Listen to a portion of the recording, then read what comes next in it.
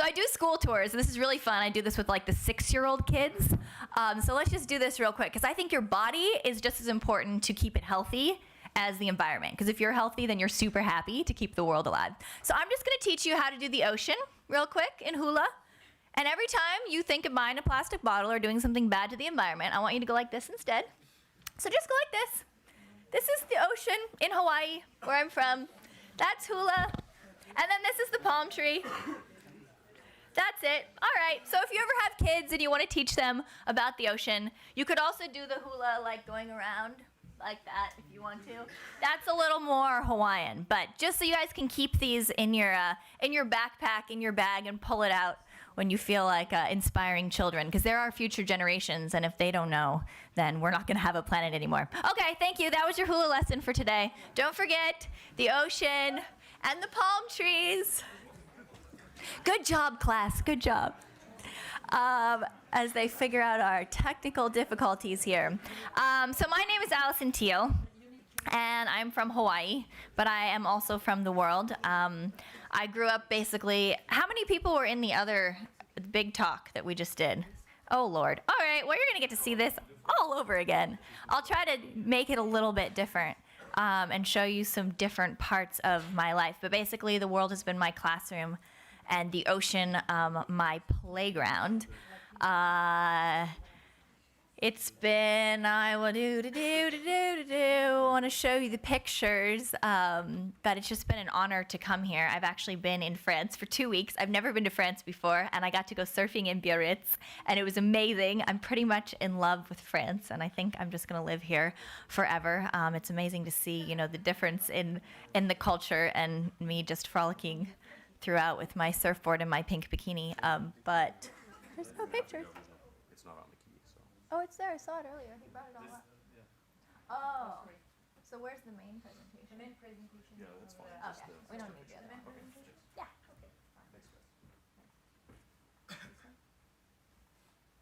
Yeah. So there's nothing on that? That's weird. Oh well.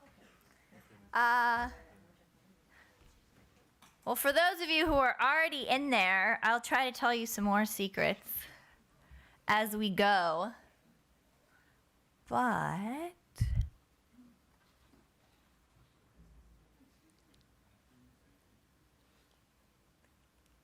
how many people have been to Hawaii? Anybody? Wow, like 2 or 3? Oh, here we are. Okay. Going back. There they are. So that's my crazy parents, as you saw in the other presentation. Basically, they wanted to figure out how to live a life where they could live their dream and also adventure and explore the world, and that's what they did. They were ski models, they were pioneers, they pioneered the routes to Machu Picchu in Peru and skied all the biggest peaks in the Andes. And they were pretty wild and made it on the covers of lots of magazines. That's my papa. My mom always said, you know, she married this wild bohemian crazy man and never thought that they would even have a kid because they were just everywhere all the time.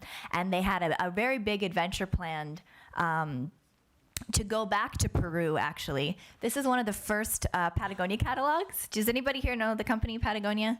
It's a big sustainable company. He was one of their first photographers for 30 years. So I grew up basically eating, living, breathing, sleeping Patagonia. They did not have a kids' clothing line. They had nothing, so I was freezing, and together we developed a kids' clothing line. So I was their first little kid, and you know, my dad was one of their first models and then became a photographer. And so suddenly I came along and they were like, uh-oh, we have to go climb this huge mountain in Peru. They were going to climb Ausangate, which is the highest peak in southern Peru. And then I was born. And so they thought, okay, well, we'll just bring her with us.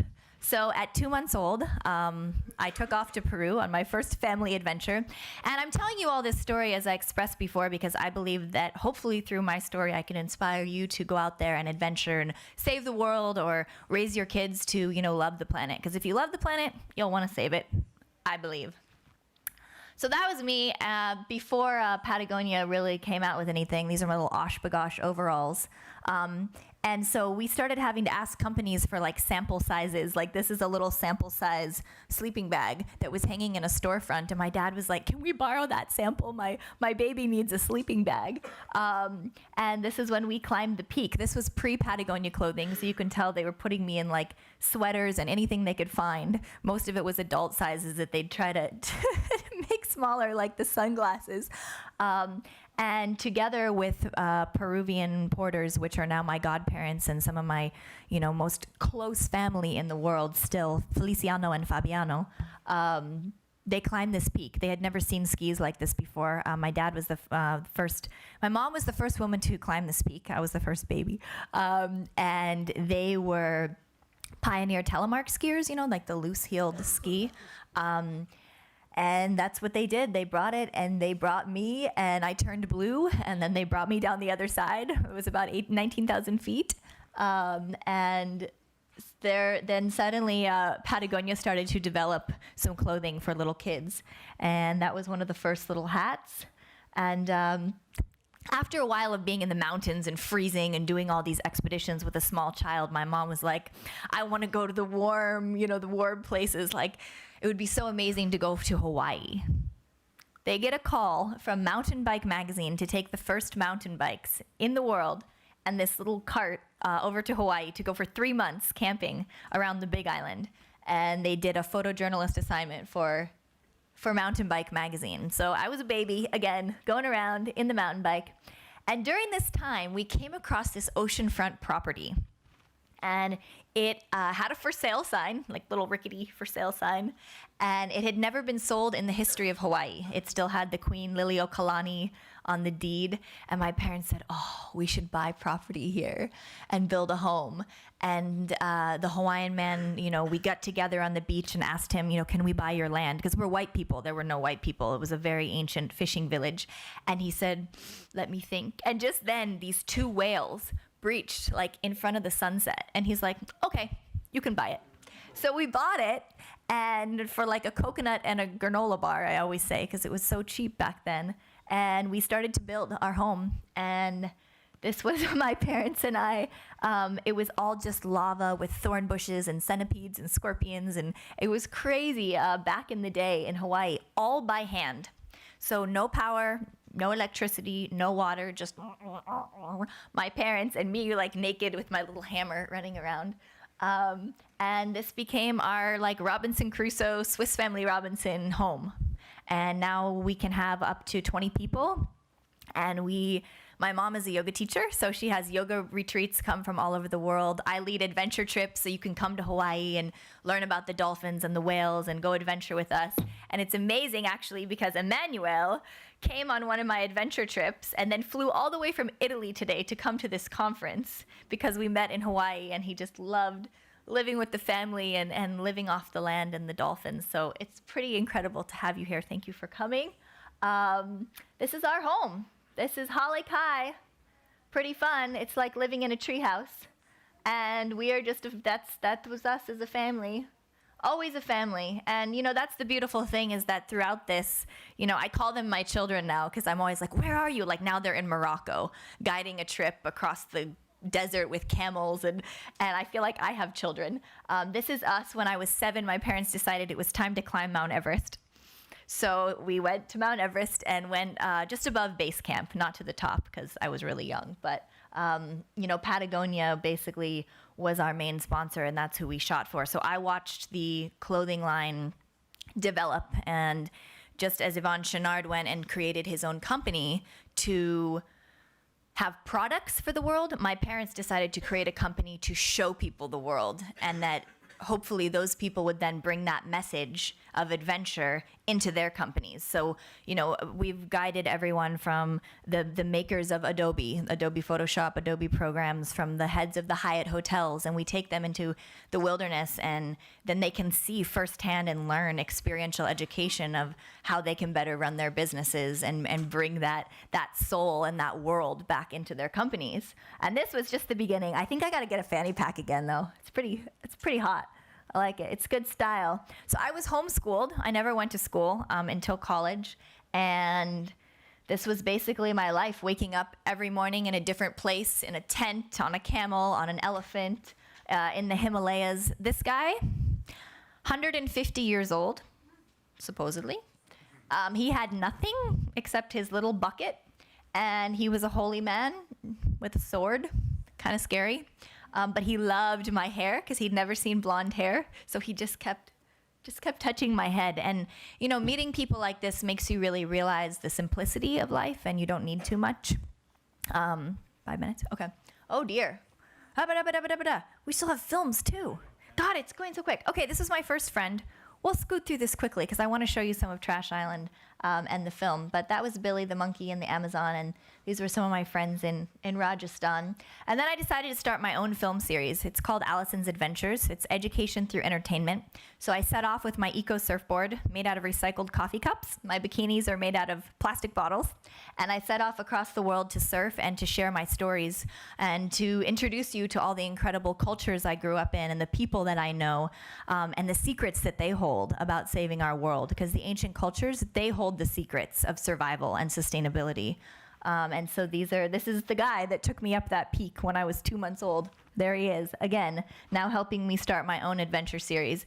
So I believe in keeping things fun and humorous. This was the #1 photo on Google last year, viewed image. Sarah Lee, my photographer, is here with us.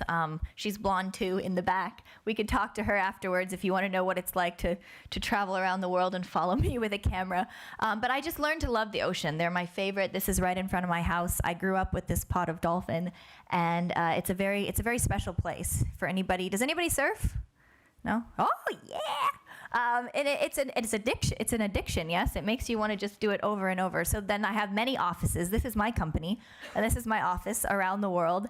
And I edit everything, I produce everything, I direct everything, and it's like a one-woman show with the help of Sarah. And then I was in this TV show called Naked and Afraid. And we were put on an island for almost a month with nothing. No food, no water, no shelter, and no clothing. And a man I'd never met. And it was like Adam and Eve. We had to survive with nothing.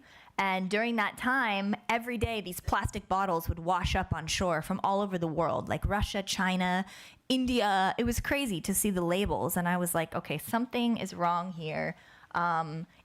It took the village a week, 3 villages to clean this island. And when we got there, and it still looked like this.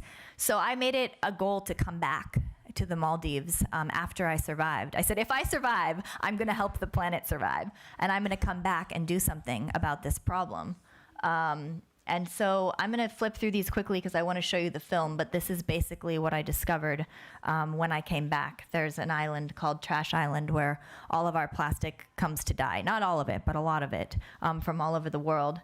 And so I made a campaign, and I said it's not naked and afraid, it's clothed and accomplished with plastic bottles, because that is what my bikinis are made out of. So I will play just the 2 quick film clips, and then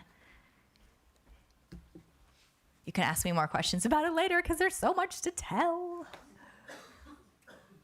Is this #1? #1 is, if possible. So this is the beginning intro of the film. You can watch it later on my YouTube, but I'll just give you the intro and the ending.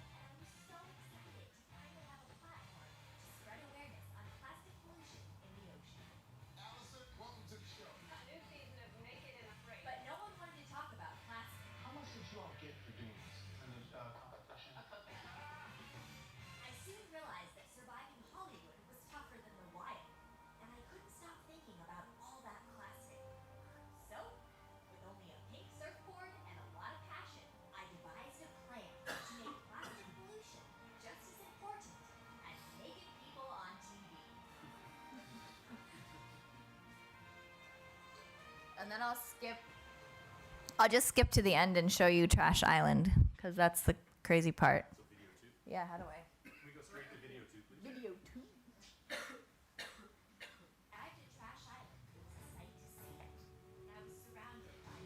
I collected all this trash on the island, and I wanted to see if they would recycle it.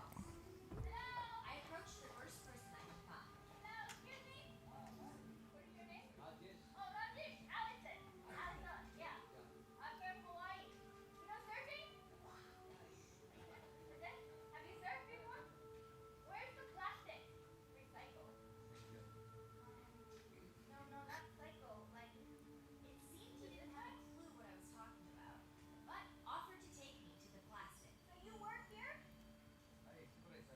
Supervise. Whoa. Supervisor. Holy And it moly. turned out it was also his home. Wow. With quite the front yard. All the trash and trolleys? Come here. It's a big job. Big job. So, this all just stays here. No recycle. Just sits here. I came to understand that there was no recycling. And most of this plastic wasn't even from the Maldives. It was brought from all over the world by ocean currents. It is truly incredible how far a plastic bottle could travel and destroy paradise. And the bottles just sat there and eventually burned with the toxic fumes, which constantly flowed over the capital city, Male, which holds more than 1/3 of the country's population. Rajesh told me how he almost died from the fumes. And then in your house, fever coming from all the smoke. So you go to the hospital. Living in this pollution all the time?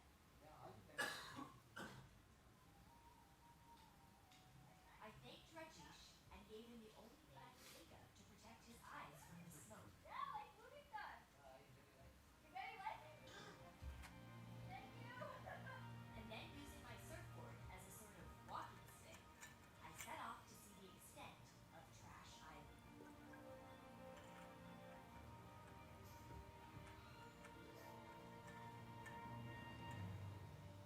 I just trekked across the entire trash island here in the Maldives, and I just wish that we could recycle all of this into usable items. Soon the sun set over Trash Island, and I bid Rajesh farewell. Thank you so much. Bye. Bye. Bye. Thank you guys. Mahalo, merci, mahalo, merci.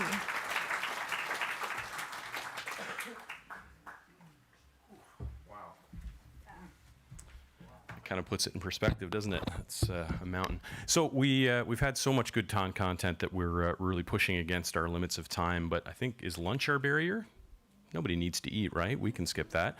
I want to at least give some time for some questions. Do you guys want to pop up and do a quick round of questions, if possible? If you could join me up here. So you guys need to think. You need to think on your feet and get your questions ready quickly so we can power through a few. There was just, I apologize, but there was so much good content, and you're going to be famous. You're gonna be famous. Oprah's going to retweet that. You're going to be all over the world, you know. Or Ellen will. Who's got more followers right now? My boyfriend Brad Pitt, I think. Ah, there we go. He's single now. Just Tut, tut. Okay, 1 second. We just got to get a microphone going in the room here.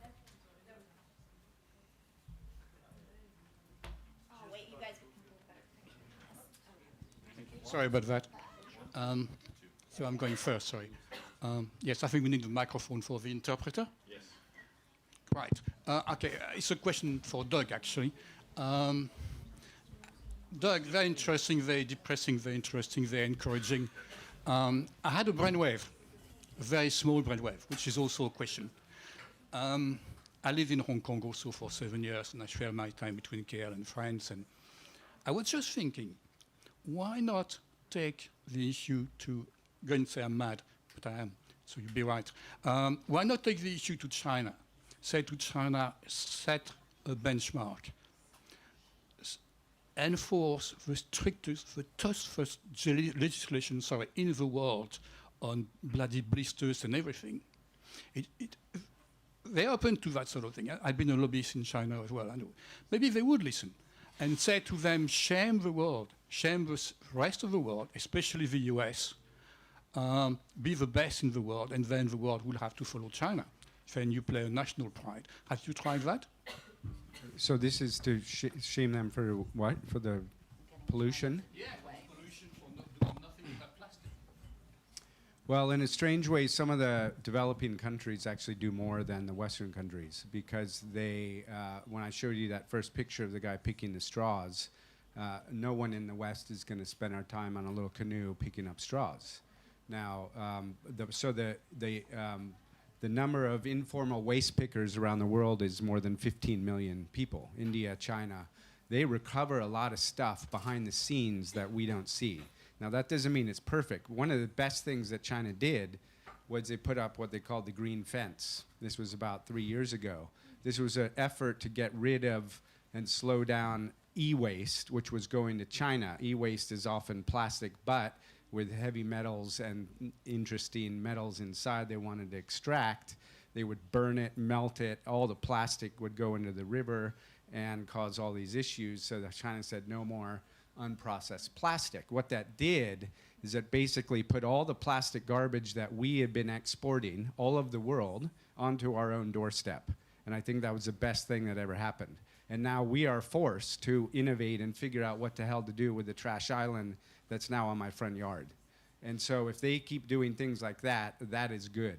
Now, they've got a big country. They've got a lot of issues. It's tricky with NGOs there.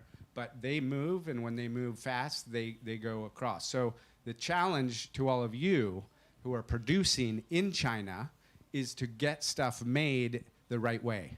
Now, I spoke at a huge fabric company in the US, and after I talked, the guy said, oh my God, I never thought about it. We ship ourselves 27 million T-shirts every year, and they're all in a single plastic bag. And they take the bag off before it goes to the consumer. So that is internal supply chain stupidity that no one's talked about. And that's where the companies need to guide the factories in China on what you want in your product and company over here.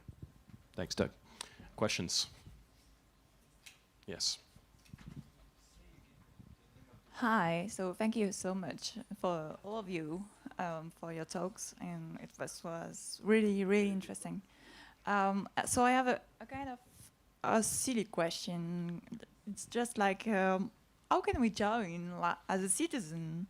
How can we join to all your teams and your companies? And the second one is, did you see the movie Racing Extinction? And that's it. I just wanted to make a parallel with seahorses and fin shark soups and stuff. So. Who's that aimed at? Sorry? Oh, it's a. Okay, all of you guys. So how s- can we join? So I got the microphone. So you plugged me for Global Alert. Global Alert is the name of our app. It allows you to track big volumes of trash hotspots anywhere in the world to report them. So you might not have the time to clean it. You can't know who to call. But when you travel like Alison does all around the world, get the photos on that app. And then when people have that mapped location, it gives the stakeholders in that community a chance to go to the right people and say, look what we got. You cannot hide from it anymore because now it's on that screen, Mr. Ministry of Tourism and Mr. Rotary Club and Mr. So that is a way that you can get engaged as people. Get out there. This is like community policing, and it's really great. Yeah, and I think it's up to all of us to think about our power, our individual power, whether it's through using a personal brand, through using a job that you have in whatever organization you're with, through your convening power and expertise, whatever it is, it's up to all of us. So asking the difficult questions and thinking about what you can do in your role, whatever that is. And then also on a personal level, we can all do individual. We can all write to our members of parliament. We can all, be activists. We can all buy from brands that we believe in. We can all ask brands to do more. So I think, we have power as individuals, and I think it's kind of up to all of us to use it. And then follow the brands and the people that you're interested in. Follow us all on Twitter, join in the conversation. And for Climate Take Back and that new mission at Interface, we're very much aware that will be a huge engagement globally with all these people and many more. So watch this space. If I could just give a quick story on that. Social media, obviously, we all do certain things. That's very helpful. I told you about the bottles that I got changed. Now, the way I did that is I wrote a letter to the editor. It got published in the biggest paper in Hong Kong. I had it signed by a young Chinese athlete who's a paddler. And then I called the company and I said, you know what? People are watching you guys and your bottles. And I can help you fix it because I know how to do this. Why don't you have lunch with me and just sit down and I'm not going to bite your head off? And luckily they did, and we had lunch, and 1 hour lunch. 18 months later, they called me back and they said, Doug, I got the new bottle. And I said, oh, you changed the bottle cap, because I was trying to fix their bottle cap, which is so big and wasteful. They said, no, not yet. But we got a new bottle. I said, oh, what do you got? 10% new material, 15. They said, we got 100%. They went from 0 to 100 in one move. Finished. And that was amazing. So just creative, I call it creative surprise. Come when they're not expecting it, but in a good way that everyone's going to win as you go along that journey. And unfortunately, I am been given the sort of warning signal here. But I think that is a very good place to close things, because I think that's a great example of where Doug went in as an NGO with an open mind, and didn't start with the shaming. Just said, there was some kind of a gentle reminder that this is very public waste that's being seen now on national television. You have the power to change it. And it's amazing how some companies that were reticent to change before are able to pivot as quickly as they are. I might add to that the as citizens, we all have an opportunity to keep this front and center in election cycles. And demand that when people are campaigning and talking about these issues, that you hold them accountable with your personal voice and your personal vote, just as one lens. So I apologize, we have to cut it off here. The sessions were so good and so rich that we really ran into a lot of the questions. But this isn't a very approachable conference. I'm sure you'll have an opportunity to pull these folks aside and ask some more difficult questions later. Thank you so much. Al, big group photo? Sure, why not a big group photo? Let's do a big group. How do we do it? You. So I'm lucky enough to have Sarah here. She has my camera. One of the best So photographers in the world. yeah, one of the best. We're not underwater, but we can still do this. I'd love to post it on my channels and inspire kids to come to France and meet all you guys. It'd be fun. Okay, so let's all turn towards her. I think would be the easiest. And no, or you want to come up here? No, okay, come up here. Good idea. Sarah Lee, everyone. Woo! Yeah. Do you need the lights down just slightly? If you can bring the lights down just a little bit for the photo, that would be super helpful. And use a reusable bottle. Yeah. Doesn't matter what kind. Just don't buy Alison. Oh, okay, sorry. Sure. Let's do our arms up. Oh, that'll be fun. Let's pretend we're kids. Come on. Woo! Yeah. 1, 2, 3. Woo! Perfect. Thank you. Et je vous remercie de restituer. Oh, sorry. Can I say one thing that was inspired by the reusable bottle? Look up #OneLess. It's an awesome campaign that was developed by ZSL, our partners with networks, and it's really about how can you make department stores or whole cities single plastic water bottle free entirely. Imagine a city where it was impossible to buy a single-use plastic water bottle. Pretty cool. So take a look at it.